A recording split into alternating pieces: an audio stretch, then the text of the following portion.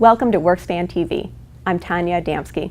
In today's Research in Brief, we'll be discussing the Bonus Programs and Practices Survey. This research covers 4 primary types of bonus programs and the management of these programs. I'm joined today by Carrie Hsu, Senior Compensation Practice Leader for World at Work. Welcome, Carrie. Thank you, Tanya. It's good to be here. Carrie, this research covered 4 primary types of bonus programs: referral, spot, sign-on, and retention. Since the survey was last conducted in 2008, we've seen the prevalency of all 4 types of these programs diminish. Why do you think that is? Well, Tanya, we've run this survey 4 times since 2001. And in 2001, we actually had the highest prevalence observed of the 4 surveys that we ran. And then in 2005, there was a significant decline in all 4 of the bonus, the prevalence.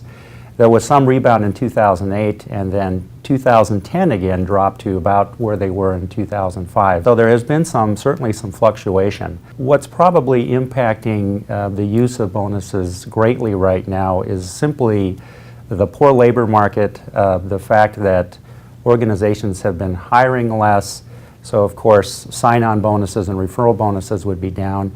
And also organizations, employees have not had other job opportunities to which they would jump ship, negating the impact of retention bonuses. So I think those are clearly reasons why bonuses in general have declined. Since we didn't run the survey in 2009, do you think it's a chance that those numbers could have gone even lower? It's possible, but really from a compensation standpoint, I think 2009 was one of those kind of shock and awe types of years where really financials, organizations just fell off the table, and everybody was kind of looking around going, what just happened to us? Fortunately, there was quite a bit of recovery on the part of organizations in terms of their financials. Organizations saw some nice gains in 2010, but I think the backlash from the organizations being so surprised, organizations in terms of the executives and HR leaders were so cautious and so nervous that 2010, the compensation type of pay and benefits and so forth didn't return at the same rate that organizations' financials did.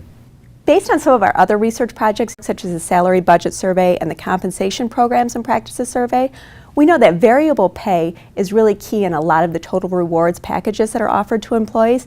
Do you think with these decreasing numbers in bonus programs, we might have overestimated the use of variable pay?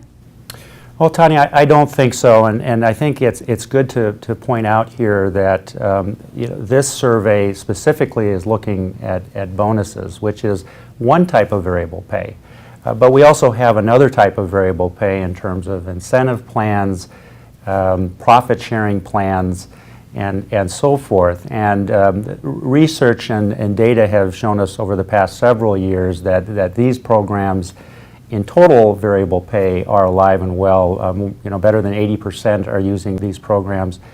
And in fact, the data also shows that while increases in base pay have been much more modest in recent years, the use of variable pay and the actual payouts that employees are receiving are actually increasing.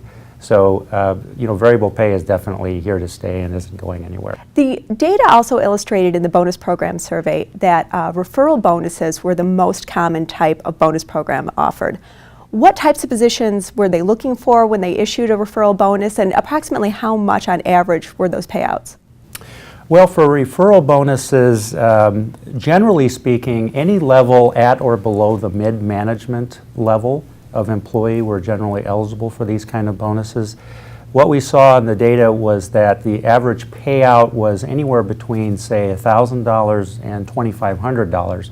And I think that's a nice, healthy amount. It's not too much, but it's an amount that certainly gets employees' attention and gets them motivated to do the recruiting activities that companies want. Absolutely. Sign-on bonuses were the second most common type that the data illustrated.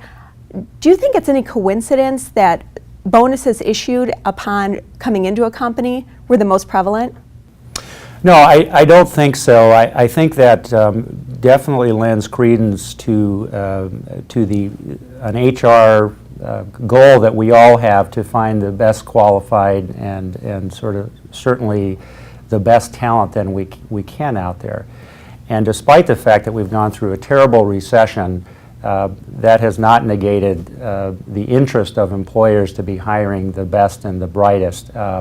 So from a labor standpoint, there continues to be a shortage of great talent even during the hard times. And so I would expect sign-on bonuses to continue to be, possibly more prevalent than the others. Carrie, with your mention of the recent economic downturn, this impacted organizations in multiple different ways.